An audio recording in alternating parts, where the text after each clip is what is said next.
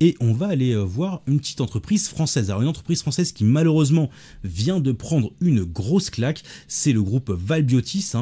Pour vous, j'espère que vous n'étiez pas positionné dessus. Si c'était le cas, écoutez, j'espère que vous allez vous en sortir et que vous avez surtout diversifié votre portefeuille, parce que du côté de Valbiotis, la grosse claque, elle est tombée aujourd'hui. C'est-à-dire qu'on est pour l'instant à moins 43% à la clôture. Le groupe de La Rochelle a annoncé la fin de son contrat de licence d'approvisionnement avec Nestlé pour son complément alimentaire anti-diabète. Le raison de ce changement, alors c'est pas qu'il y a eu des dissensions, ce n'est pas non plus la qualité du produit de Valbiotis, c'est tout simplement un changement de stratégie au sein de Nestlé Health Science, qui est la branche qui est en charge du coup qui travaillait en collaboration avec Valbiotis, puisque cette branche spécifique de Nestlé a connu pas mal de difficultés en 2023 et en fait est en pleine phase de restructuration.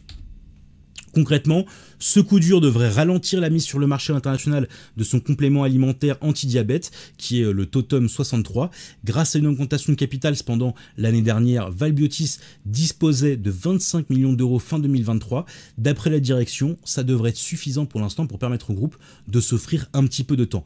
Malgré tout, c'est le problème concrètement des laboratoires pharmaceutiques ici. On a une très grosse claque qui a été prise, mais surtout, maintenant, on est pris par le temps, puisque on avait le problème, c'est qu'il faut un accord ici de commercialisation pour Valbiotis. Et on considérait que Nestlé étant acquis, on avait toute l'attitude pour négocier un autre accord pour un autre produit en parallèle. Or là, maintenant, on se retrouve sans aucun accord.